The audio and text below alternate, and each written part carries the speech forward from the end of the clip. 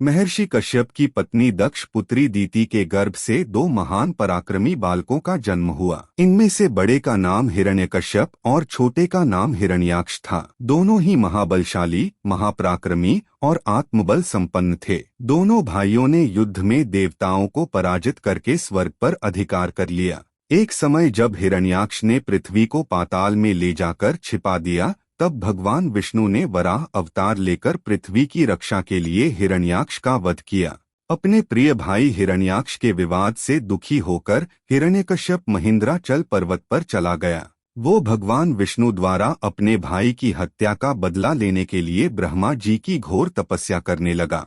तभी इंद्र आदि देवताओं ने हिरण्यकश्यप के राज्य पर आक्रमण कर दिया और उन्हें राज्य विहीन कर दिया। बस हिरण्यकश्यप की पत्नी कयाधु ही महल में शेष थी। देवराज इंद्र के आदेश पर हिरण्यकश्यप की पत्नी कयाधु को बंदी बना लिया। मुझे छोड़ दीजिए देव राजेंद्र, मैं गर्भवती हूँ। नहीं, हम एक दैत्य की पत्नी को यहाँ नहीं छोड़ सकते। ये हम सभी देवताओं के लिए हानिकारक है।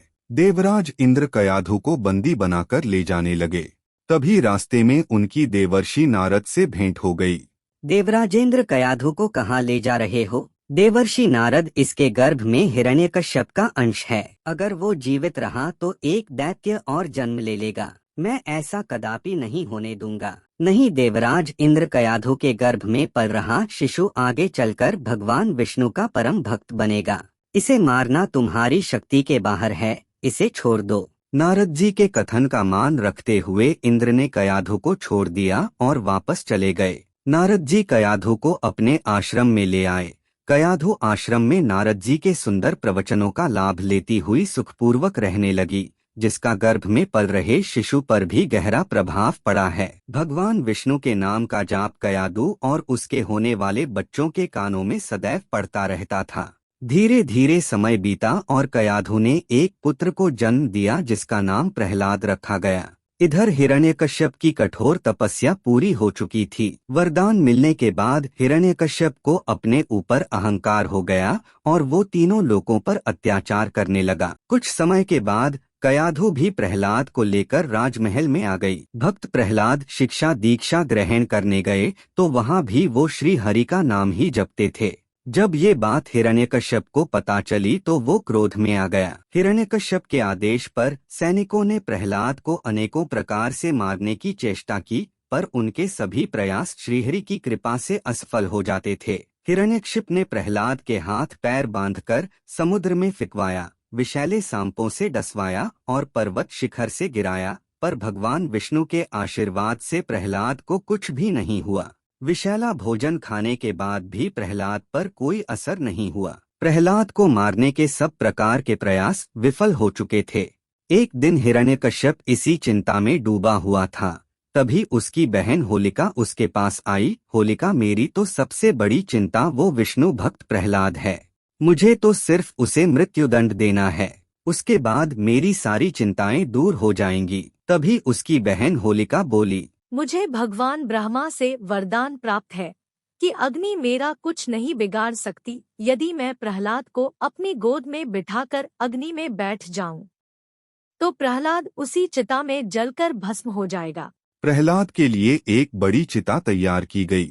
होलिका प्रहलाद को अपनी गोद में लेकर बैठ गई। इसके पश्चात हिरण्यकश्यप की आज्ञानुसार उस चिता में आग लगा दी गई। आग लगते ही प्रहलाद हमेशा की तरह विष्णु विष्णु का नाम जपने लगा। जैसे जैसे अग्नि की आंच होलिका को पहुंचने लगी, वैसे वैसे होलिका को उसकी तपन महसूस होने लगी। वो आश्चर्यचकित थी, क्योंकि इससे पहले अग्नि ने उसे कभी ऐसा अनुभव नहीं करवाया था। अब अग्नि उन तक पहुंच चुकी थी और होलिका का शरीर उस अग्नि से जलने लगा था, तो वहीं प्रहलाद निश्चिंत होकर बैठा था और विष्णु नाम का जाप कर रहा था। होलिका को ये देखकर बहुत क्रोध आया और वो चीख चीख कर भगवान ब्रह्मा के दिए वरदान को झूठा बताने लगी। चीख सुनकर भगवान ब्रह्मा जी प्रकट हुए और बोले, शायद तुम भूल रही हो, ये वरदान देते समय मैंने तुमसे कहा था कि तभी प्रभावी होगा जब तुम इसे स्वयं की रक्षा करने या दूसरों की भलाई के लिए उपयोग करोगी, पर तुम्हारे हाथों से इस वरदान का दुरुपयोग हुआ है। तुमने इस वरदान के द्वारा निर्दोष बालक को मारने का दुस्साहस किया है, इसलिए तुम्हें अपनी करनी का फल प्राप्त हुआ है। ये कहकर भगवान ब्रह्मा अंतर्ध्यान हो गए।